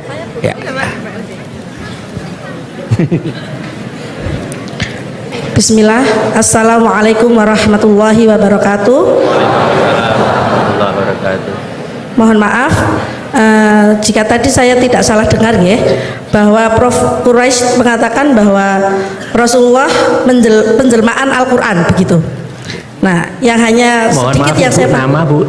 Nama saya Lis dari Magelang. Lis, ya, Lis, ya. Iya. Nah, yang sedikit saya pahami, hanya sedikit saja, yaitu kalau Al-Quran itu kan kalamullah ya. Terus kalau Rasul itu adalah penciptaannya. Nah, apakah penjelmaan ini dikatakan sepenuhnya atau mutlak, atau sebagian saja, atau yang seperti apa penjelmaannya ini? Nah, itu saja yang ingin saya tanyakan. Mohon maaf sebelumnya. Jazakallah khairan katsiran. Assalamualaikum warahmatullahi wabarakatuh. Waalaikumsalam warahmatullahi wabarakatuh. Terima kasih Ibu untuk pertanyaannya. Saya ulang Gus Bak dan Prof. Quraisy. Yang pertama Ibu tadi dari Magelang menanyakan terkait dengan ayat la yamassuhul Quran ilal mutahharun. Kemudian yang kedua dengan argumen ittiba Rasul istrinya lebih dari satu. Itu gimana Gus tadi? Itu yang kedua. Apa ittiba Rasul itu seperti apa? Kira seperti itu. Kemudian yang dari Bu Dewi tadi terkait dengan apakah tafsir Al-Quran sebagai asyifa itu seperti apa, kira-kira gitu. Kemudian yang ketiga terkait dengan tadi Rasul sebagai penjelmaan Al-Quran, ya penjelmaan ya tadi. Sekarang tak sahkan jadi kiai. Ya, kita mohonkan Prof. Quraisy atau Gus Bak dulu. Ya. Kedua. Ya, monggo. Ya. Ini jawab yang kok tadi kok tersangkanya hanya kiai, rata-rata kiai itu istrinya. itu selera lelaki bukan selera kiai itu.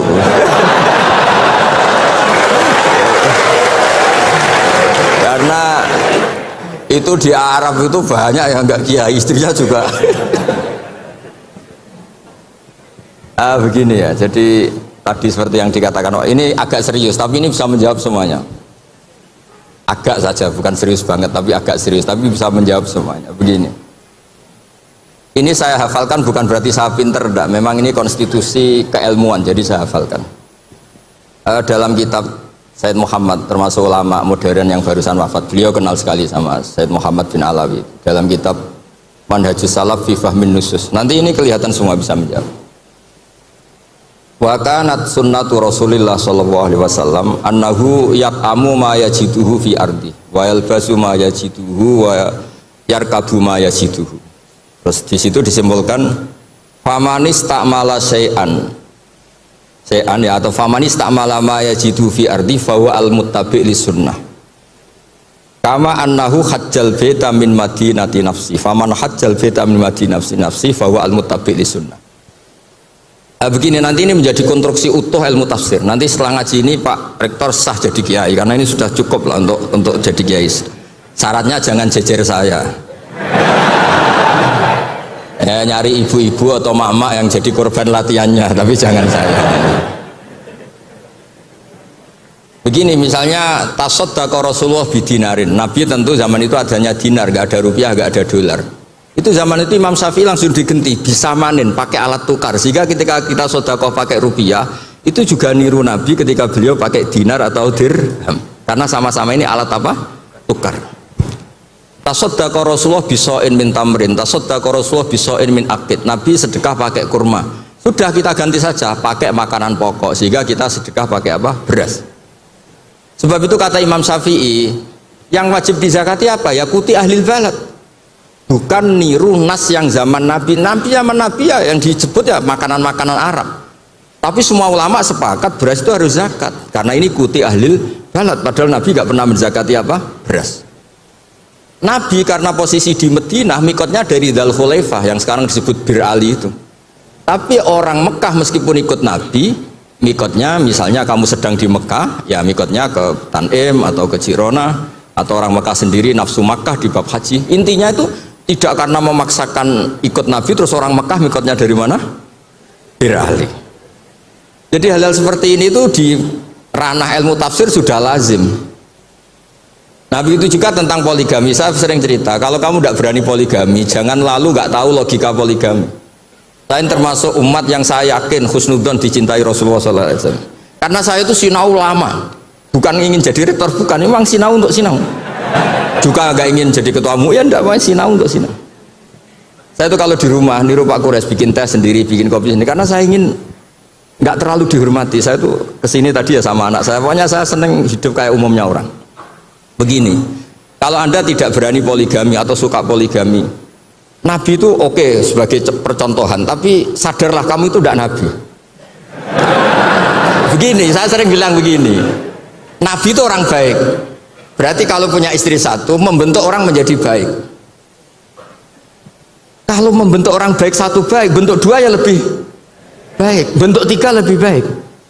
Kebalikannya kita atau kamu lah kalau bahasa kasarnya itu, satu istri saja kamu bentuk dari baik menjadi tidak baik. Lah kalau dua malah kayak apa, kalau tiga malah kayak gitu aja. Jadi fikihnya kadang-kadang orang baik itu nggak bisa ditiru, karena tadi nolong orang baik satu baik, nolong dua lebih baik, nolong tiga. Tentu Nabi hubungannya dengan istrinya posisi yang membentuk, yang nolong, yang menjadikan solihah, yang menjadikan lebih baik. Tapi Pak ini apa ada jaminan seperti itu? Tapi ya jangan bilang kalau gitu gak usah poligami, jangan. Wajah-wajah gini kan riskan yang lebih buruk misalnya. Ya sudah begitu ya. Jadi menurut saya itu makanya ini pentingnya fikih. Ada illatul hukmi, ada logika apa? Jadi makanya ketika saya bilang orang yang suka humanisme jangan terus anti perang. Meskipun kita nggak suka perang, suka damai. Saya Pak Quraisy suka damai, tapi jangan anti perang. Karena apa? Andai kan zaman kita dijajah kolonial Belanda, Jepang, terus kemudian kita bilang perang itu haram, terus sama Londo monggo deraken, ketemu Jepang ya monggo, kan ini lucu. Artinya gini, cerita-cerita perang Nabi toh secara akademik ada konteksnya, yaitu mempertahankan apa? Diri. Tapi jangan karena Nabi pernah perang, pokoknya yang benar tuh perang, damai itu tidak ada hadisnya. Yang nggak ada itu bacaan kamu, bukan hadisnya. Ya jadi kira-kira gitu. Jadi lah yang layam maswilal mutahharun tadi saya sudah mandatkan ke rektor, itu wilayah sensitif katanya. Ada yang bilang ini urusan NU dan MZU katanya, kata Pak Rektor. Ya lagi-lagi itu urusan tafsir ya. Layam maswilal mutahharun itu tidak boleh megang mushaf kecuali yang suci. Nah tentu konsensus banyak ulama suci itu ya bisa suci dari hadas besar, hadas kecil, bahkan suci dari hati-hati yang kotor. Tapi ada yang bilang sekedar Islam itu sudah bukti suci. Itu wilayah-wilayah tafsir, tapi tetap saja tafsir ini tidak menggantikan teks yang ada di Al-Quran. Misalnya begini, saya sudah nggak punya hadas besar, nggak punya hadas kecil, tapi terus saya megang Quran, pas saya sedang marah sama Anda, mungkin Allah juga nggak suka, karena saya baca qul a'udzu birabbil falaq min syarri ma khalaq. Ingatnya kamu min syarri ma khalaq itu kan, saya berlindung dari Allah dari makhluk-makhluk terjelek, karena sedang marah. Makanya kalau sedang marah sama istri jangan baca surat itu. Pasti min syarri ma khalaq, oh yang di rumah itu gitu. Sebab itu ngendikannya Nabi ini Pak Quraisy pasti hafal hadis itu. Iqra'ul Qur'an ma'talafat qulubukum. Kamu baca Quran ketika hati kamu itu stabil. Karena kalau tidak stabil, aduh wah ya musuh kamu. Min syarri ma khalaq, istri kamu itu kan terus korbannya banyak. Pokoknya kalau sedang tidak baik-baik saja tidak usah baca Quran dulu. Waras dulu baru baca Quran. Ya kira-kira gitu. Nanti yang edisi yang lebih waras Pak Quraisy menghentikan ini. Monggo. Ya itu asifah ini. Jadi yang pertama terkait dengan la yamassu illal mutahharun, kemudian yang kedua ittiba Rasul tadi sudah dijawab oleh Gus Ba, terus Quran sebagai asyifa, kemudian yang selanjutnya terkait dengan Rasul sebagai penjelmaan Al-Quran ya. Satu hal dulu yang kita perlu sadari, bahwa Al-Quran itu bisa mengandung banyak penafsiran.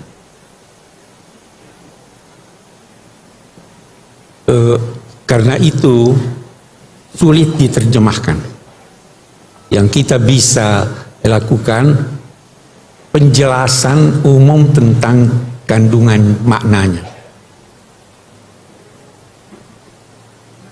Kita ambillah misalnya perintah wudhu, wamsahu biru'usikum. Baknya saja itu sudah macam-macam artinya.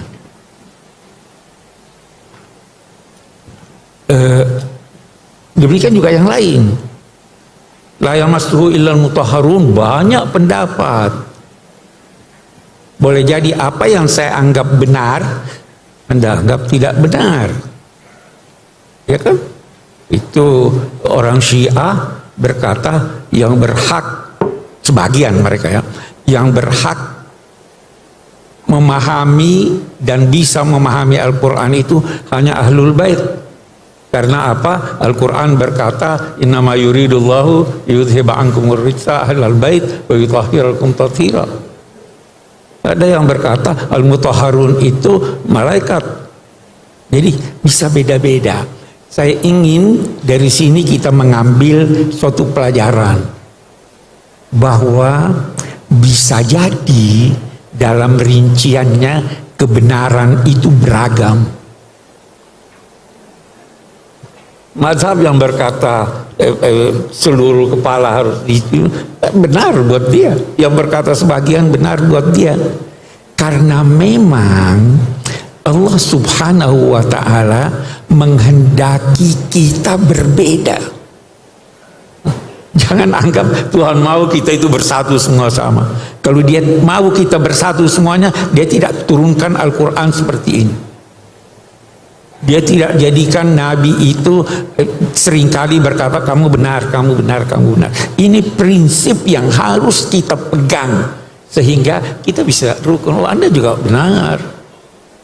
Sama itu contoh populer, gajah itu bagaimana?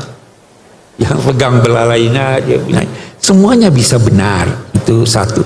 Seperti halnya yang masuk ilmu. Itu saya kira pertanyaan pertama sudah terjawab ya. Pak Syifa pakai acak pakai Syifa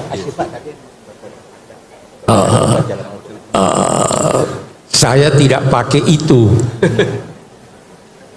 Ada orang mungkin berkesan begitu, tapi itu di Sulawesi Selatan, saya tidak tahu di Jawa. Itu kalau mau cari nama anak itu buka Quran, kata pertama yang ditemukan itu dia anaknya. Jadi di sana ada namanya Sarik. Dia baca Sarik Sarik itu, ya toh. Ada itu tidak dia namanya dolim. Dolim, ya toh. Itu tidak diajarkan oleh Nabi. Kita disuruh faham Al-Quran, bukan acak buka begini dan sebagainya. Tidak benar itu.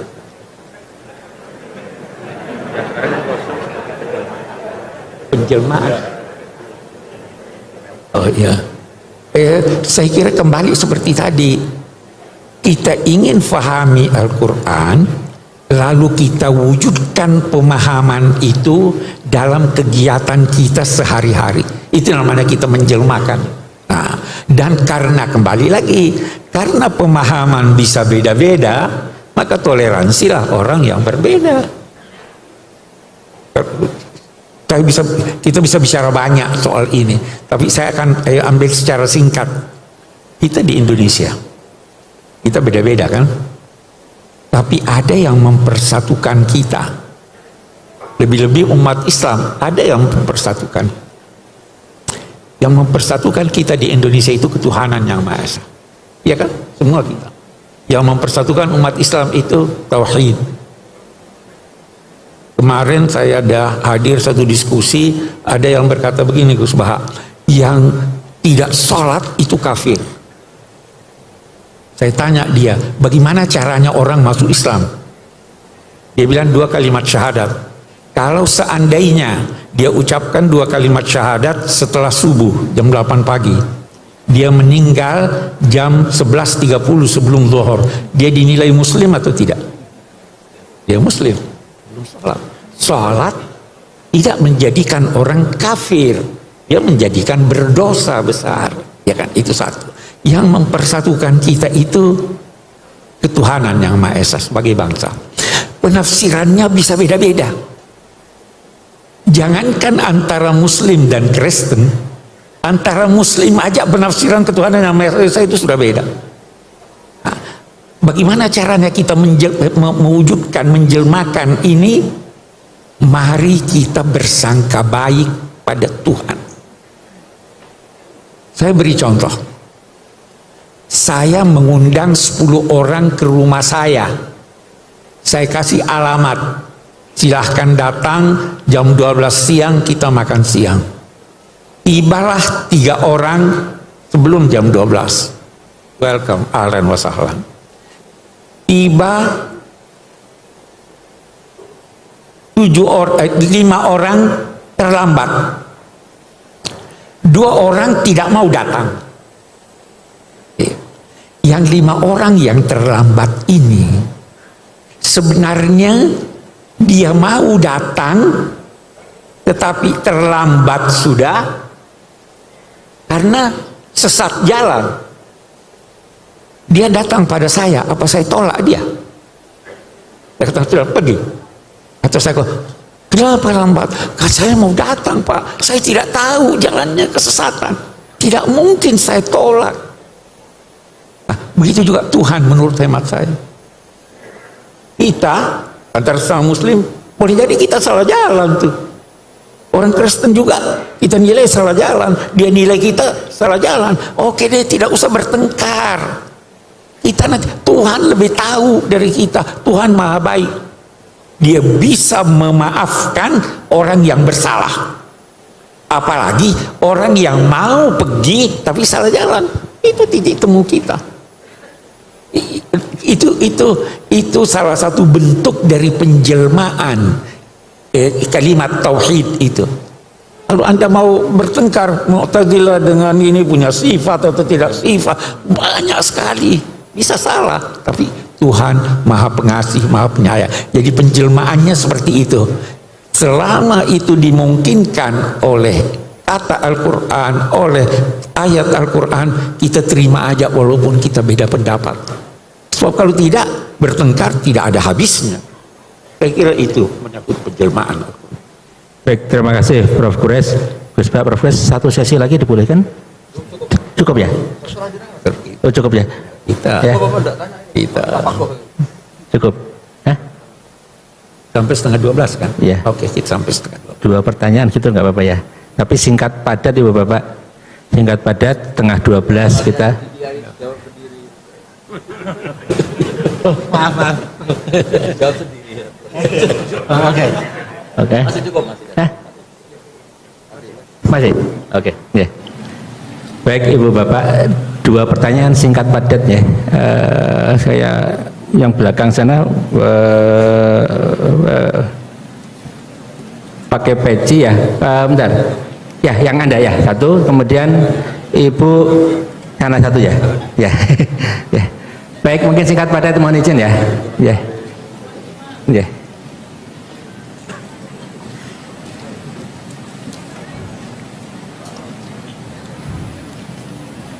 Ya, mungkin bisa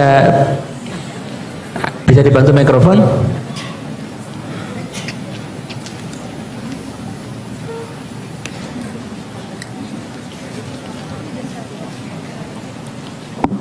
Ya, silakan. Assalamualaikum warahmatullahi wabarakatuh. Waalaikumsalam. Nama saya Indra Lukman dari Universitas Kiai Haji Ahmad Siddiq Jember. Di sini saya ingin bertanya terkait bagaimana bagi umat yang awam untuk mengkontekskan atau merelevansikan sebuah ayat pada fenomena yang terjadi di era modern ini, Gus. Saya ingin bertanya ke Gus Bah serta Gus Kiai Prof. Quraisy Shihab, yang dimana fenomena ini yang saya kaji terkait fenomena Down syndrome, yang dimana Down syndrome ini merupakan sebuah kondisi ketika kita berada di depan orang lain itu kita merasa baik-baik saja, namun sebenarnya kita itu dalam tekanan batin yang sangat luar biasa. Nah juga saya menemukan ayat yang dimana terdapat pada Quran surah Al-Baqarah ayat 42, yaitu wala talbisul haqqa bil batili wa taqtumul haqqa wa antum ta'lamun, yang dimana janganlah kamu campur adukkan kebenaran dengan kebatilan dan jangan pula kamu sembunyikan kebenaran sedangkan kamu mengetahui. Bisa dibantu mikrofonnya agak jauh sedikit karena kami nggak dengar ya. Ya, jangan terlalu dekat ya. Ya. Oke. Ya. Jadi bagaimana kita cara mengontekskan ayat Al-Quran dengan fenomena yang terjadi di era modern ini, Gus? Mungkin itu saja. Kontekstualisasi, baik. Kita cara kontekstualisasi ayat Al-Quran gitu ya. Oke. Dalam sebuah permasalahan. Ya. Baik, terima kasih. Pertanyaan satu lagi, Ibu, ya sana ya. Singkat padat, mohon menyebut nama ya. Assalamualaikum warahmatullahi wabarakatuh. Nama saya Esti Wahyuni. Saya dari Lombok. Gus. Ini pertanyaan untuk Gus Baha. Gus, saya sekitar 3 bulan yang lalu saya pergi menghadiri akad nikah di bawah kaki Gunung Rinjani. Di sana orang tua mempelai perempuan tidak mengizinkan anaknya untuk tidak akad dengan cara Rasulullah, baik akadnya, baik bahasanya, baik caranya, semua dipisah. Tapi karena mempelai laki-laki tidak mengerti, akhirnya sampai sore diajarkan, lalu diajarkan dengan baik, akhirnya ditunda karena tidak sesuai dengan tata cara Rasulullah dulu. Itu namanya desanya sembelih kalau nggak salah. Jadi kami pulang dengan akhirnya batal acara itu. Itu yang pertama, Gus. Ini untuk Profesor Tuan Guru Tuan Guru Quraisy Shihab. Saya sungguh penggemar berat sampean, Prof. Untuk Prof Quraisy Shihab, apa yang sebaiknya dalam rumah tangga? Apakah tetap bertahan dalam pernikahan atau tetap bertahan dengan kesabaran, dengan harapan bahwa suatu hari suami akan menjadi lebih baik atau tidak begitu? Tetapi apakah bertahan dan tidak itu, maksud saya bertahan sampai mencapai titik lelah atau bertahan dengan penuh harapan tentang perubahan itu. Ini terakhir untuk Gus Baha. Ayah saya 76 tahun, Gus. Dia penggemar berat Gus Baha juga. Sebaiknya mungkin kalau di YouTube jangan terlalu banyak bahasa Jawa karena bapak saya itu penonton terus setiap saat. Meski adik saya lulusan Al-Azhar Kairo Mesir, dia juga menerjemahkan apa yang Gus Baha bilang. Tetapi ayah saya bilang kurang lucu dibanding dengan jadi mungkin sebaiknya dikurangi bahasa Jawanya. Jadi kami yang dari luar Jawa ini, ayah saya terutama bisa ikut ngaji. Terima kasih. Waalaikumsalam warahmatullahi wabarakatuh. Terima kasih. Pertanyaan untuk Gus Baha dan Prof Quraisy, kontekstualisasi ayat Al-Quran. Kemudian yang untuk Gus Baha ini terkait dengan pernikahan tadi, bertahan atau seperti apa. Kemudian yang untuk Gus Baha lagi ya, tadi saran. Ya. Baik, mohon dipersilakan Gus Baha. Ya. Yang nekat dulu. Ya, nanti ini. Bismillahirrahmanirrahim. Tadi siapa? Mbak Esti siapa? Mbak Esti. Esti Wahyun. Lombok ya? Oh ya. Jadi begini, kalau nikah itu tidak harus memaksakan persis seperti yang dipraktikkan Rasulullah SAW. Itu harus diberi pembelajaran. Dulu itu ada sahabat namanya Abdurrahman bin Auf. Itu lapor ke Nabi ya setelah nikah. Beberapa sahabat juga menikahi perempuan yang di luar panduan Nabi. Jadi Jabir itu anaknya Abdullah, punya saudara putri banyak. Dia tahu kalau panduannya Nabi itu halla bikron tola ibuha wa tola ibuk. Ya kalau kamu nikah bisa mungkin tuh yang perawan, karena perawan tuh masih lucu. Kalau sudah mama kan wah garang. misalnya tola ibuha itu bisa lucu, bisa mula apa. Kalau mama diajak mula apa kan mintanya mahal-mahal. Kalau masih perawan mungkin balon 10.000 sudah cukup itu. Dan Nabi memang ngendikan halla bikron tola ibuha wa tola ibak. Terus sampai ngendikan fainal jariyah ardolil yasir, karena kalau fainal bikro itu ardolil yasir, kalau masih perawan itu sedikit-sedikit harta sudah cukup itu. Kalau sudah mama kayaknya alhamdulillah tidak cukup. Tapi tidak cukup itu juga bagus. Ini bukan menghina mama, justru bagus. Uang kebutuhannya banyak, dikasih sedikit, memang harus dikomplain itu, memang harus dikomplain. Nah begini, ternyata Jabir ini menikahi janda. Ketika nikahi janda, Nabi tanya, kenapa engkau nikahi janda? Panduan saya itu perawan. Saya punya saudari putri-putri banyak, makanya saya nggak mau nikahi perempuan yang seumuran dengan saudara-saudara saya, tapi saya nikahi perempuan yang bisa mensisiri adik-adik saya, bisa merumat. Terus Nabi bilang ahsanta asobta, oke kamu benar. Itu bukti bahwa di hal-hal sosial itu yang dikenal Nabi itu bisa dinego, bisa dinego. Jadi beberapa sahabat juga nikah nggak dihadiri Nabi, bahkan Nabi taunya terlambat. Ada sahabat matur, loh kamu kok tersenyum-senyum kenapa? Habis nikah ya Nabi. Terus kam sukta ilaiha, kamu ngasih mahar berapa? Wasna nawatin min dahabin, ini sekitar gini. Terus Nabi ngendikan aulim walau bisatin, ya kamu harus ada pesta-pesta kecil lah supaya teman-teman kamu tahu. Jadi selalu ada ketidaksempurnaan dalam nikah. Yang penting itu sah, itu harus dilatih berkali-kali. Karena kalau nggak dilatih itu dikira syarat-syarat ideal atau kesunatan dikira itu syarat apa? Sah. Misalnya a'linu hadan nikah wadribuhu biduf waf'aluhu fil masjid. Nikah itu harus dimaklumatkan, lakukan di masjid dan pakai terbang. Itu sahabat tahu semua, ulama tahu semua. Beberapa itu tidak syarat sah, tapi cukup sebaiknya begini, sebaiknya gini. Kalau dan itu banyak sahabat yang zaman itu pun nggak nikah di masjid, juga nggak pakai terbang. Nah, itu ranahnya ulama, itu namanya istihad. Orang bisa, kalau dalam bahasa usul fikih namanya tangkihul manat. Apa yang dilakukan Nabi kita seleksi, ini hukum, apa adat, apa kebutuhan, apa kasuistik.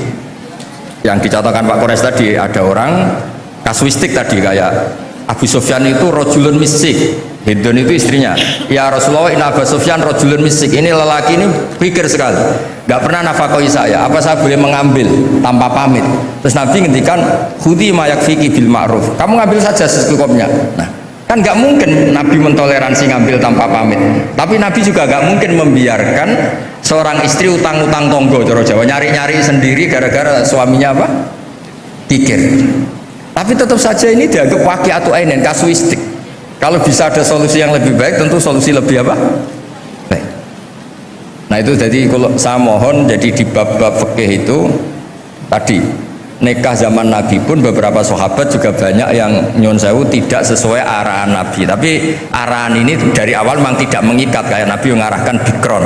Tapi ketika Jabir nikahi janda Saiban, Nabi juga membenarkan. Jadi banyaklah cerita-cerita seperti itu. Ada sahabat yang milih sering sowan Nabi karena cinta, ada yang milih enggak karena takut ganggu Nabi. Makanya ada sahabat ditanya, bagaimana wajah Rasulullah SAW? Dia menangis sekeras-kerasnya. Saya tidak pernah melihat. Loh, Anda kan sahabat sering datang ke masjid Nabi. Haibatan lahu wa ijlatan lahu. Saya melihat beliau itu hormat sekali sehingga saya tidak berani menatap wajah beliau. Ada yang saking sengaja Nabi melihat Nabi terus. Itu kan wilayah-wilayah sosial. Nah, jangan-jangan yang kayak saya Pak Kures yang longgar di fikih itu karena nganggep Nabi itu mudah, di bab-bab sosial itu mudah. Sampai sahabat itu ada yang nggak pernah tanya Nabi, kenapa kamu tidak tanya? Paling jawabnya if'al wala harat. Jadi maka ada karangan kitab itu if'al wala harat, lakukan, tidak ada masalah. Karena Nabi sering ditanya, jawabnya if'al wala harat. Terus ada kaidah ini terakhir dari saya, ma khuyira Rasulullah sallallahu alaihi wasallam baina amrayni ilakhtara aisarohuma malam yakun isman. Nabi itu enggak disuruh milih dua hal kecuali milih yang paling mudah, asal hal ini tidak maksiat. Jadi kayak jenengan gini yang datang di sini, belajar tafsir apa datangkan Pak Kures nguraikan tafsir, mudah mana? Mudah datangkan kan, yaitu ya berarti yang sentingnya Nabi itu.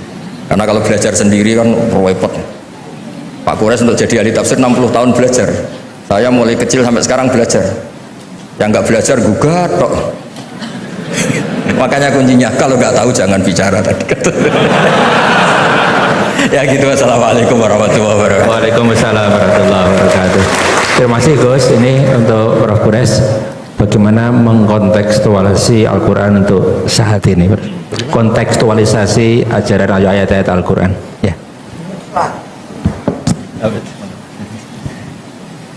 Memahami Al-Quran, atau sebelum sampai ke sana, Al-Quran diturunkan untuk umat manusia sejak masa Nabi Muhammad sampai akhir zaman.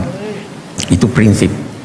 Yang kedua, Al-Quran karena diturunkan Allah untuk seluruh manusia sampai akhir zaman, maka pasti kandungannya, dan dituntut oleh ulama untuk memahaminya yang sesuai dengan perkembangan masanya.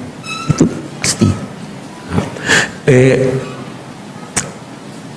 Adanya perkembangan masyarakat menjadikan masyarakat masa lalu sedikit atau banyak pasti berbeda dengan masyarakat kita, dan karena itu penafsiran masa lalu tidak mutlak harus kita pegang.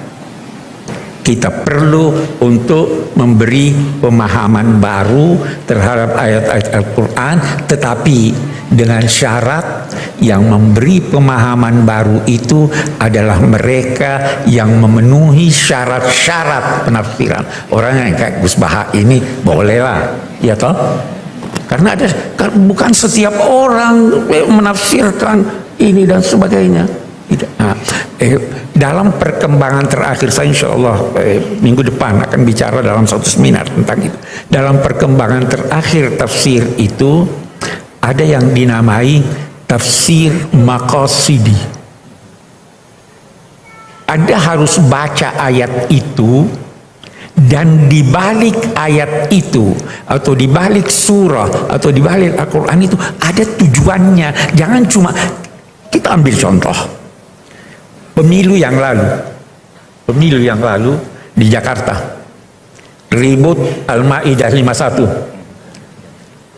Keributan itu karena tidak mengerti Al-Quran, tidak mengerti apa arti aulia, tidak mengerti. Ada kata di dalam Al-Quran, tadi Gus Baha sudah singgung, ada kata di dalam Al-Quran yang kita tidak bisa terjemahkan secara harfiah. Saya ambil contoh kalau dari hadis, bentar saya beri contoh dari Al-Quran. Nabi bersabda, saya ingin salat dikumandangkan, kemudian saya suruh seorang jadi imam salat, baru qamat, baru saya mau pergi bersama sekian banyak orang membawa kayu bakar untuk membakar rumah-rumah muslim yang tidak ke masjid sholat. Apa memang wajib ke masjid? Tidak kan? Kenapa Nabi mau bakar? Anda harus paham bahwa ada yang dinamai penekanan, istilahnya dalam tafsir taghliz ini, untuk memberikan ini perlu. Bukan berarti memang Nabi mau ini, memang berarti bahwa Nabi memang mau bakar. Itu banyak begitu. Jadi kita harus paham ini. Berdasarlah ulama-ulama lalu telah memberikan penafsiran, pencerahan untuk masyarakatnya. Ulama masa kini dituntut untuk memberi penafsiran dan pencerahan untuk masyarakat walaupun berbeda dengan yang lalu, selama masih dimungkinkan oleh teks. Saya kira itu. Baik, terima kasih Prof. Quraisy. Kita beri tepuk tangan Bapak. Alhamdulillah kita sudah di penghujung acara dan kita sudah melakukan ngaji bareng sejak tadi jam 9 lebih sedikit. Saya yakin banyak hal yang bisa kita pelajari, dan sekali lagi atas nama Universitas Islam Indonesia saya mengucapkan terima kasih yang luar biasa pada Gus Baha dan Prof. Quraisy dan juga yang membersamai termasuk Mbak Naswa. Mari kita syukuri hari ini dengan membaca hamdalah bersama-sama. Alhamdulillahirabbil alamin. Mohon maaf jika ada yang kurang berkenan. Wassalamualaikum warahmatullahi wabarakatuh.